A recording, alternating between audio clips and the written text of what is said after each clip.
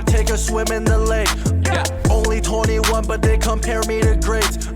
AK just like KK, but I'm not in the race. This is probably the biggest cornucopia of bull.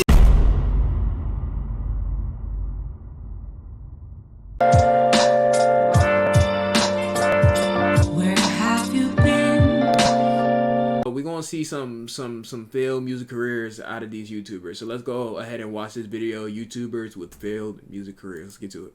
Rice Gum, pre-Rice Gum, pre-Jake Paul.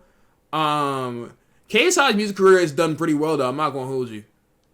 It's become a custom on YouTube for many popular YouTubers to make songs, usually for fun, and that's perfectly okay. But some YouTubers get a little ahead of themselves and think that they actually have a potential career in music, and usually I have never made a song in my life. It doesn't work out too well. So today I've gathered 5 YouTubers who made a serious attempt at a music career and failed. Starting off with Logan Paul, who probably failed the most gracefully out of anyone else on this list. Logan Paul began his career on Vine in 2013, and like many other popular Viners at the time, he eventually transitioned to YouTube. He started posting skits on YouTube and quickly racked up a huge fan base. He then started posting vlogs in 2016, growing his audience to be even larger. At the time, Logan was known for his over-the-top, obnoxious, and immature personality, which is kind of what his music was like at the time as well. Logan Paul began his music career with his first song releasing at the end of 2016, talking about what a bad year it was, which is kind of fun. That is crazy. 2016 was amazing compared to now, nigga. You know they say that every year though, chat? Every year at the end of the year, you have some motherfucker talking about something.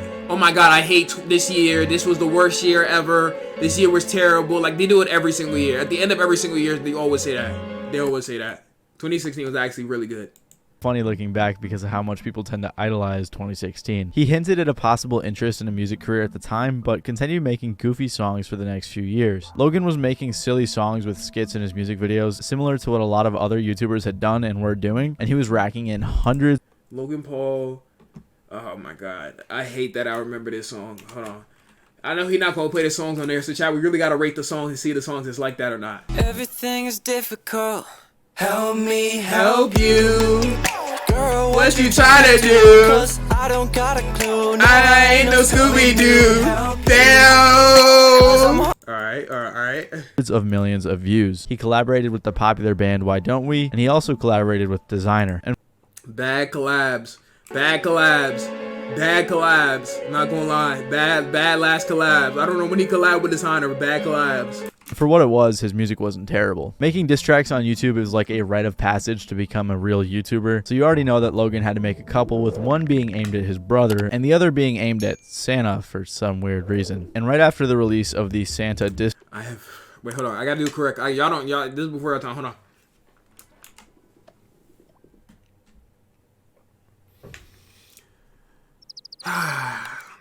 I have made a severe lapse in my judgment. Track at the end of 2017, he posted the Forest video and then took a brief hiatus from YouTube before returning shortly after. After his return, he only released a few songs, with his last 2 songs being released in 2020, and he hasn't released anything since then. But it wasn't... We should keep it that way, to be honest. His music wasn't horrible, but like, let's just keep it that way. It wasn't even because of his controversy that he stopped making his goofy songs and diss tracks. Most people probably aren't aware that after making his fun... I remember subbing to nigga on my Roku TV in YouTube songs, Logan wanted to actually take music seriously and become a singer, and that's when he learned it wasn't for him. In 2019, after deciding he wanted to take music seriously, he flew to Sweden to work with a producer by the name of Rami Jakub. Rami Jakub is a Swedish producer and songwriter who has worked with artists like Ariana Grande, Selena Gomez, Britney Spears, and many more. Logan said he had been taking vocal lessons for a year and was really trying to become an actual artist. After his trip to Sweden, he told The Wrap, "If I'm going to do music, I don't want to be a YouTuber doing music. I want to do really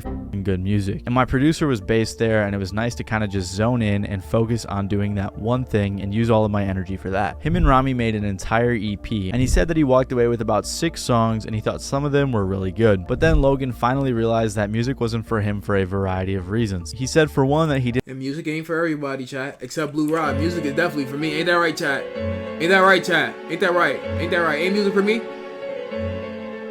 Yes. Yes. Yeah.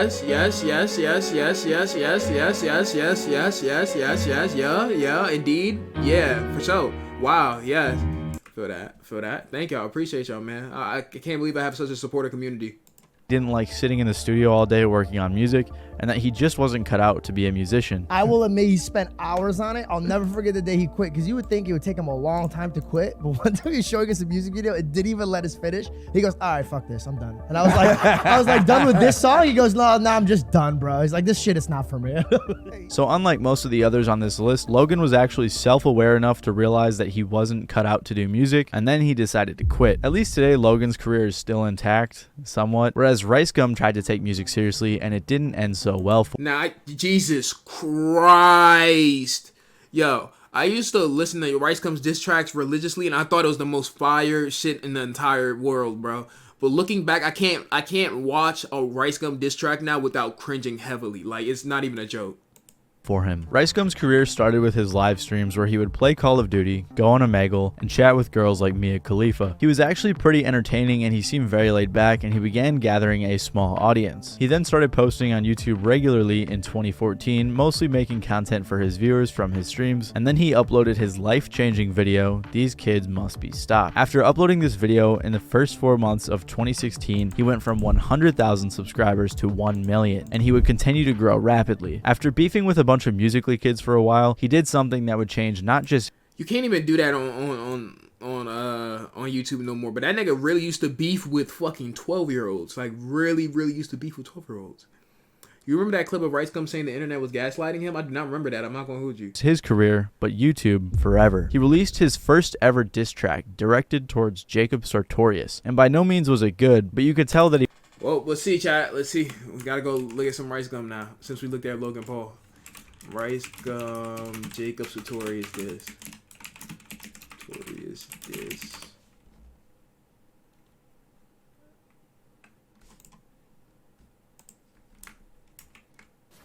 Yo, man, this kid keeps talking shit. Rice Gum. Man, I thought we were cool, but I guess not. Rice Gum. Now I'm really mad. Let's get it. Metro doesn't trust you, so I had to do this. All your fans are 10, they don't know what they are doing. Rolling up your sleeves, boy, you was looking stupid. You tried to pick that girl up, but you couldn't do it. I'm still trying to think, cause I can't find your talent. We know you can't sing and that you suck at rapping. Try and lick your lips, cause you need some chapstick. You tried to be a singer. That shit was so bad. I don't know how niggas used to... Everybody thought this was the most fire shit in 2016, 2017. Man, and look what happened. There we go. Damn. Hold on. No, he kind of flown right here though. Hold on. Damn. Damn. Damn. Oh, damn. Hold on. No, hold on. Wait. I think I spoke too soon. I think I spoke. Ever diss track directed towards Jacob Sartorius, and by no means was it good, but you could tell that he wasn't taking himself too seriously and he was just having fun with it. Psych, I'm just here to give you this L. Rice Gum didn't start diss tracks, but he really popularized them and spearheaded the movement that would dominate YouTube throughout the mid-2010s. As he continued posting diss tracks and growing, he had a bigger budget and more resources to make bigger and better diss tracks. His beats got better, his flows got better, his lyrics got better, his production, mixing, and music videos all got better. I think that all of this culminated in his Jake Paul diss track. It's Asian Jake Paul, chat, y'all just had to be there. Y'all just had to be there for that content cop to know. I'm not gonna hold you. Every Night Sis. This was his best diss track yet and the first one that would be released on streaming services. It got nearly 200 million views on YouTube, debuted at 80 on the Billboard Hot 100, and eventually it even went platinum. He also released other high quality diss tracks. The fact that a song like that can go platinum, just like the world is just, I don't know. That shit is over. Like, I don't know. Tracks like I Didn't Hit Her, God Church, and others. But shortly after all of his success, he got into 3 different controversies that ruined both his music career and his YouTube career. The first, of course, is when iDubbbz made his 30-minute content cop on Rice Gum and then followed it up with a diss track. I'm not going to touch on it too much since it's fairly well known and doesn't pertain too much to his music career, but iDubbbz caused Rice Gum to lose a ton of fans and pointed out when iDubbbz used to make them content cops, if you made a content cop on your favorite creator, your creator was done. It didn't matter. Not many people survive content cops. I'm not gonna lie to you. Like, their shit will go down. Their views, their subscribers will go down if a content cop gets made. The only person who survived the content cop is like Keemstar. And Keemstar not even on the same type of timing that he was back in 2016. But like Keemstar's the only one I could say kind of survived a content cop. Yo, Mark, boy. Content Cop was really good though. I'm not gonna lie. Content Cop was really good. Like you knew that was a good video if he made a Content Cop. Items somehow survived saying hard R multiple times. Yeah, or Items used to say that shit religiously, and nobody ever checked that nigga for that. I mean, out a ton of problems with RiceGum's content. RiceGum, of course, responded with a diss track, and it received a whopping 1.4 million dislikes. He continued posting worse and worse content, and then in 2017, he released his first song that wasn't actually a diss track called Naughty or Nice. There were a couple lines directed towards Jake Paul in that song, but other than that, it was just a Christmas song. He must have been high on the success of his previous diss tracks because it seemed like he actually thought that he could start a music career. He also released a song called Fortnite and Chill that was just a... There's no way. There's no fucking way. There's no way. There's no way. There's no way. There's no way. There's just no way. There's no way. Fortnite and Chill. His best song for real? I don't know if you're joking or not. And Chill. RiceGum. There's no way. No fucking way. When he drop, I don't know.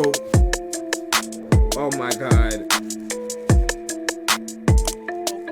Okay, pull up to the crib, you gotta come through the gate. I don't got a pool, I take a swim in the lake. Only 21, but they compare me to greats. AK just like KK, but I'm not in the race. This is probably the biggest cornucopia of bullshit that I have ever seen in my life. And I've seen Ice JJ Fish's first song. This is horrible. I'm not gonna lie to you. This is horrible.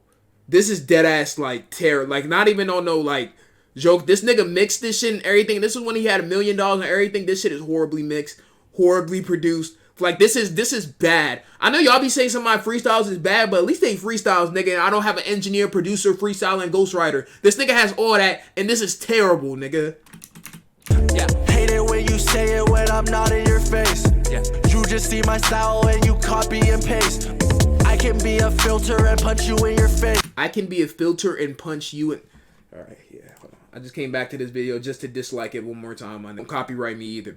Called Fortnite and Chill that was just a song about Fortnite and it wasn't very well received. And then he got into another scandal where he was sponsored by a gambling site and then made a video about it as if he wasn't sponsored, promoting it to his young audience, which caused even more hate. However, that was not the end of RiceGum. In early 2020, he started teasing music as if he was a real musician. Then he proceeded to release 2 songs that were again just regular songs and not diss tracks, and they didn't do too great. But the final nail in the coffin is when he tried to start beef with KSI, and KSI essentially ended RiceGum's music career. RiceGum was beefing with KSI over a variety of things, including whose music was better. So then KSI posted a video called Proof RiceGum Doesn't Write Most of His Music, in which he showed how RiceGum doesn't write most of his music. Yeah, if RiceGum didn't write that Fortnite shit, whoever wrote that Fortnite needs to be arrested. I'm serious. That's terrible. If somebody ghostwrote that Fortnite verse, that is horrible. I'm not gonna lie. He need to get his money back. And whoever that is needs to be arrested promptly because they finesse, bro. That's sad. That's very sad. And RiceGum had mentioned that he had some help here and there, but this video showed that he had hardly wrote anything. This is the songwriting registry page. This is a good way to find out if someone actually writes their music. So we'll start off with RiceGum's Bitcoin. As you can see, RiceGum isn't in the writers list. Frick the police. As you can see, RiceGum isn't a writer here. God Church. As you can see, RiceGum isn't a writer here. You see where I'm going with this? RiceGum has not released a single song since the release of that video in June of 2020. And shortly after the KSI beef, he stopped uploading videos on YouTube in general. I think RiceGum's biggest mistake in terms of his music career is when he decided... He keeps flexing, bro, with that Supreme and... I don't know. That Supreme shit is so corny, but he just kept flexing. Nobody wants to see a motherfucker just flex all day. Nobody wants to see that. To start releasing music outside of his diss tracks because he lost the only redeeming quality of his music, which is the fact that they had... His music was shit. It didn't matter what he did. had some somewhat funny disses, and the entertaining skits that he had originally done. And even though Rice Gum's music career didn't end so well, Gabby Hanna somehow managed to create a much more disastrous downfall, going from 15 million views and 600,000 likes on her first song to nothing but hate comments on recent uploads of her music. Similar to Logan Paul, Gabby Hanna was another Gabby Hanna has to be the probably top 3 most unfunniest viners I've ever seen in my life. Not she's top 3 worst viners, not 3, not 2 either. Maybe 2. Maybe 2. Maybe 2. Turned YouTuber. She quickly began growing a fan base on YouTube for making her exaggerated storytime type of videos. Throughout her early Vine and YouTube career, she had always shown interest in a music career. I just want you for my own. She started getting in and that shit sounds horrible, no funny. So what about my monster? The controversy pretty early on in her career, starting at the end of 2015 when she was caught stealing jokes. Shortly after that, she got into a feud with Rice Gum, which of course resulted in Rice Gum releasing a diss track on her, which she is yet to respond to. But despite these controversies, her fan base remains strong. Maddie said yet to respond to, like she bought us, like she's still cooking it up, like she's still working in the works for a diss. Motherfucker, she is not responding to that. You talking about some has yet to respond to? We know. We know. We know. She continued moving forward just fine. She continued posting her content and began her music career in 2017 with her song Out Loud, which has a respectable 41 million plays on Spotify and 15 million views on YouTube. It was fairly well received by her tight-knit fan base, and honestly it wasn't too bad. She released a couple more songs and kind of started to move away from YouTube, but her music career was going well until she released the song Monster in 2018. The song itself wasn't really bad and her fans quite liked it, but it was her Genius interview she did in November after the release of the song that caused her some major problems. This clip from her Genius interview turned into a major meme. What if I don't know if I want to play this. You know, usually Genius interviews are supposed to help you. This really did not help her at all. Everybody was making fun of her after this. I'm not gonna hold you. This clip from her Genius interview turned into a major meme. What if I'm the monster?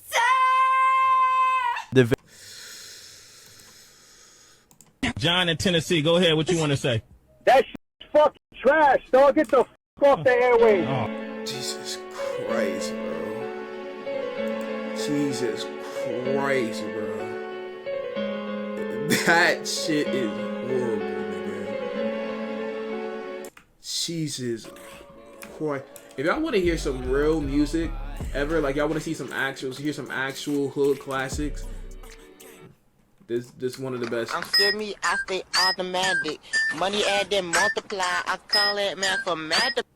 Like people like him, people like this dude right here needs to get like their career jump started, bro. It's people like that with actual talent, and we have people like Gabby Hanna, bro. Like has a whopping 335,000 dislikes and comments like everyone can sing, but not everyone should sing. And there were also a ton of memes about this song all over the internet, like this one. If I'm the monster.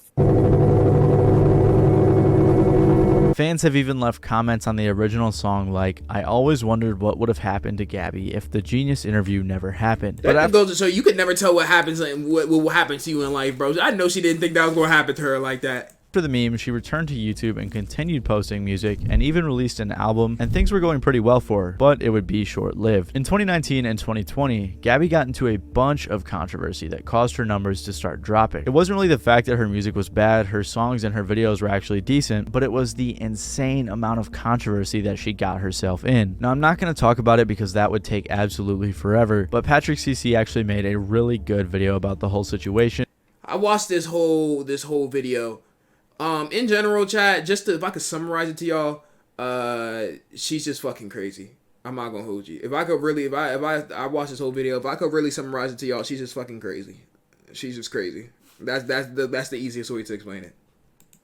So I'm just going to highlight the controversies that I think ended her music career. After a beef with Trisha Paytas and an old friend, her songs Glass House and Bad Karma did poorly on YouTube and she really overreacted. Like the pain you feel when that thing like fails, just as like a creator and an artist, is like an ego hit.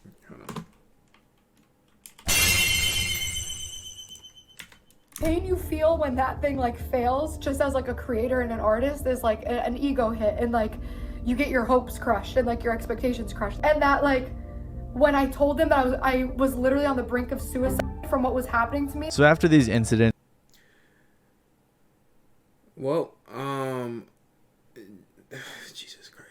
Chad, y'all know how many times I posted TikTok or I post a YouTube video and I wanted to do a certain number and it doesn't do that? That's just part of the game. That's just part of the game. Like sometimes shit flops. That's how it works. That's how it works, shorty. Like let's keep it. Let's relax. Let's relax here a little bit. 4 for 4. Thank you for the 4 months, DPS. Appreciate you. W Hype Train too. Her numbers continued to drop for a while, but she kept posting music and YouTube videos, and she was still doing all right. But in mid-2021, she got into even more controversy, and I'm not going to try to explain the whole thing, but it did not make her look good. Then she started going crazy in late 2021, deleting most of her YouTube catalog and then posting insane videos on YouTube and TikTok. Then in 2022, she posted over 170 TikToks in the span of 2 days.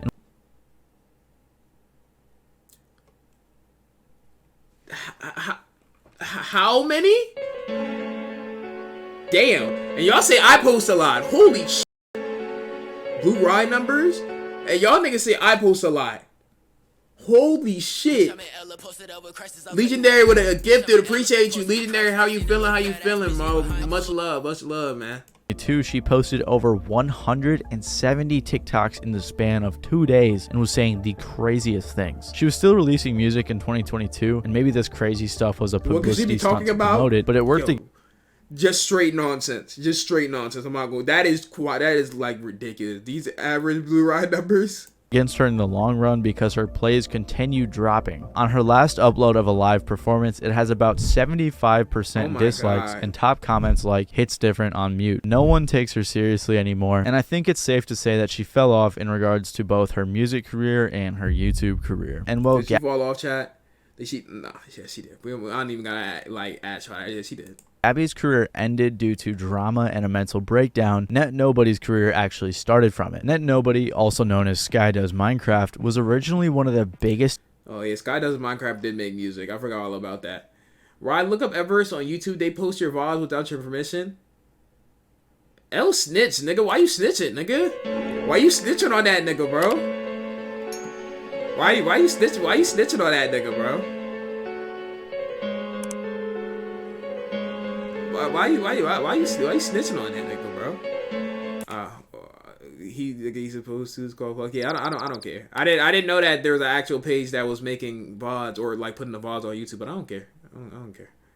I don't care. W snitch though. W informant though. W informant. They making bread off you, chat. Do y'all know how long it takes to make bread off YouTube? That nigga's not making a fucking dollar off me. BBG Plug doesn't even make money off me. Y'all know how long it takes to get partnered on YouTube? He's not making a single dollar off me. YouTubers from it. Net ended due to drama and a mental breakdown. And by the way, if he's posting whole VODs, he couldn't monetize it anyway. Especially with this whole curse policy on YouTube now, he couldn't monetize that shit anyway. Nobody's career actually started from it. Net Nobody, also known as Sky Does Minecraft, was originally one of the biggest YouTubers in the early days of YouTube. In 2011, Sky was one of the first ever Minecraft YouTubers who grew very quickly because of their silly mod showcase videos and cops and robbers videos. I'm not gonna hurt you. I'm just gonna beat you until you can't breathe no more. Come here, boy. Come here, boy is crazy. I'm not gonna hold you.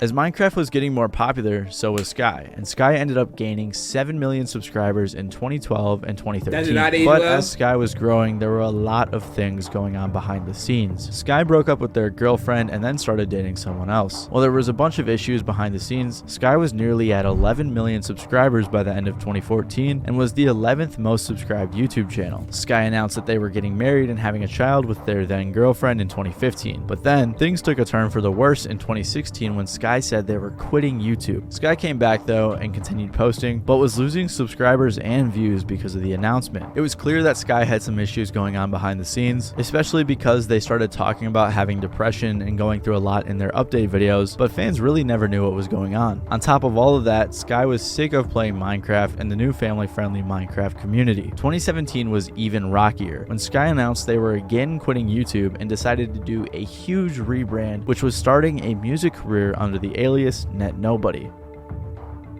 They briefly privated all of their videos, and Net Nobody began posting music halfway through 20. Can you imagine if I just deleted all the content off my page, same Blue Ride page, and just started posting fucking music, nigga, that nobody likes? 2017, after making Making this announcement, Net Nobody had a bit of a breakdown on Drama Alert, showcasing That's where their head was on at me. the time. Like, this may be fucking jokes to you, JJ, but this is my son. This is my legacy. This is my family. Net Nobody was clearly unsure of what to do with their career at the time, and for some reason thought a music career would be the right move. They even got a No Jumper interview. Net Nobody released a handful of songs in 2017 and even an album in 2018. And in my humble opinion, the music was okay at 2017 and even an album in 2018. And in my humble opinion, the music was okay at best. The most notable aspect of Net Nobody's career was the beef with KSI, which included 2 diss tracks, but other than that, the music really never went anywhere to begin with. Net Nobody stopped posting music after 2019 and nobody knew why. Adam would sporadically post low effort videos on the Sky channel, but nothing much came of it. However, recently in the beginning of 2022, multiple allegations were made against him, which explains pretty well all the issues that were going on behind the scenes. Adam's ex-girlfriend made a ton of allegations against them, including a variety of different types of abuse that Adam subjected her to, with tons of proof to back it all up. But it wasn't just her. It was previous employees, friends, and exes that all made multiple allegations against Adam, causing them to lose. See, I didn't watch Sky too much growing up. I know those of y'all who were really watching Sky Does Minecraft growing up were hurt, like really, really hurt by that. Majority of their fans. There were so many allegations against Adam, and I'm not going to cover them all in this video because there's just way too much to talk about, but it was pretty bad, and it demonstrated that Sky was in a terrible mental place and caused tons of problems for those around them. This was again the final nail in the coffin for not just their music career, but their entire career in general. However, unlike Net Nobody's sad to see career, Trisha Paytas at least delivered an entertaining— I've never heard any of her music ever in my life. Music career before it inevitably failed. So Trisha Paytas is actually a YouTube OG, beginning their YouTube career in 2007, just 2 years after YouTube was created. Honestly, most of their growth came from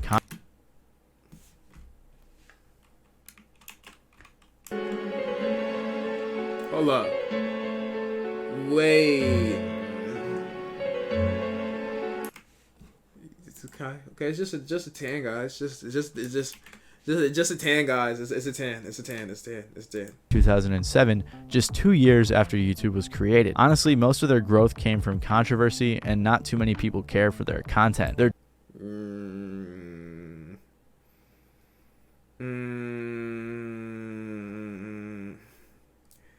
We just gonna go right past that chat, but like, I don't know about that one. Their channel is basically just posting. And I remember picking up Romney for president buttons back then, so like I've been a huge advocate of him. Kate, thank you for the bits. He's super gorgeous and hot, and we haven't really— Mitt Romney for president. Okay, yeah, Mitt Romney fell off. What the fuck is that nigga doing now? Nothing. When's the last time you heard the name Mitt Romney? Stop it. We had a hot president since like Kennedy, but we all know how that ended.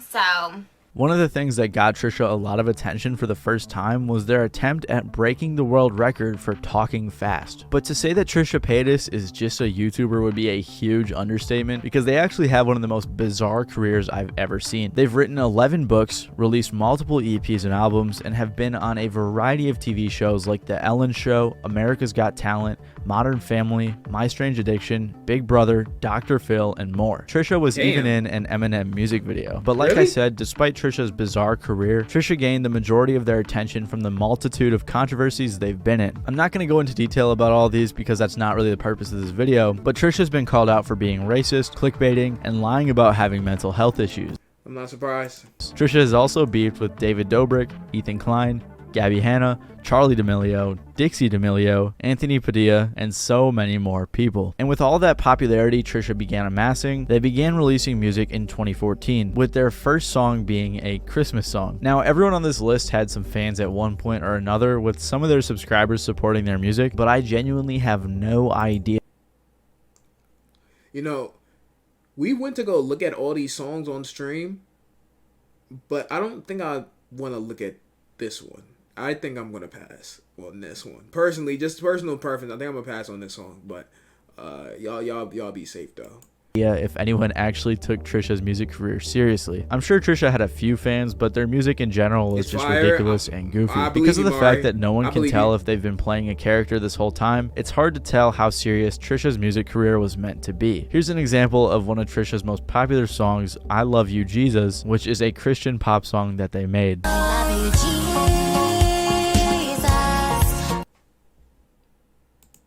it's not necessarily And I said I didn't want to die, but I did. Now I know the reason why. A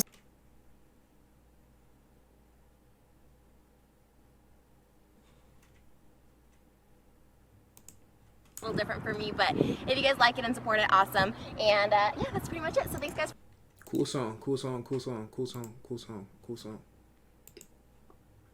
that the song is bad. It's Mark, just come hard to on. believe that most people can take it seriously because of Trisha's online Come persona. on, get this woman off my screen. Call what's going on, man. For example, Trisha also made another song called I Love You Moses, where they were singing in Hebrew and dancing around with Moses.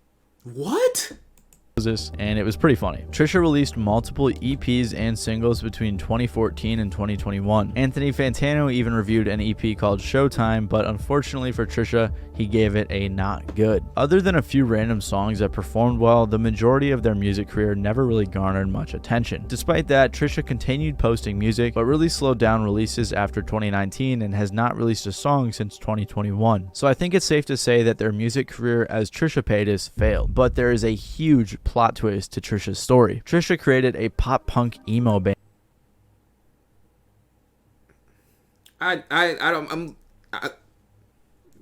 Never. And called Sad Boy 2005. They released 2 EPs, Trigger Warning, and a self-titled project, and I genuinely think that these projects were not too bad. We're living on the wrong side of Mulholland Drive. Of course, because of the... It sounds like some... I chime in. Have you people ever heard of some Panic at the Disco or Brandon Urie type shit? Nigga, it sounds like some crawling in my skin. Like, damn. The fact that it was Trisha's band, it wasn't entirely well received, but in general, I think people were pleasantly surprised by how the music sounded. Now, Sad Boy 2005 wasn't extremely successful from a numbers standpoint, however, they said it was just a fun project, and for what it was not too bad. Another YouTuber that had a huge fall from grace after starting a music career was FaZe Blaziken, who decided to do a whole 180 on his fans, and I covered that FaZe Blaziken cannot rap. Subject more in depth in an entire video, so make... I think I watched this video too. Good video though. Good video though. Yeah, I'm not gonna hold you, bro. Not everybody is supposed to do music. Some of y'all can do it as a joke, but not everybody is supposed to do music seriously. Like Lil Pump, he wasn't supposed to do music, but you know, some people be going over that. So plugs, don't touch that one. You know what I'm saying? I need those. Good video though from Maddie. You know what I'm saying? He's gonna be in the description. But IBUG. Alright. Put this bitch back like I'm double heaven. Hold up, triple deuces.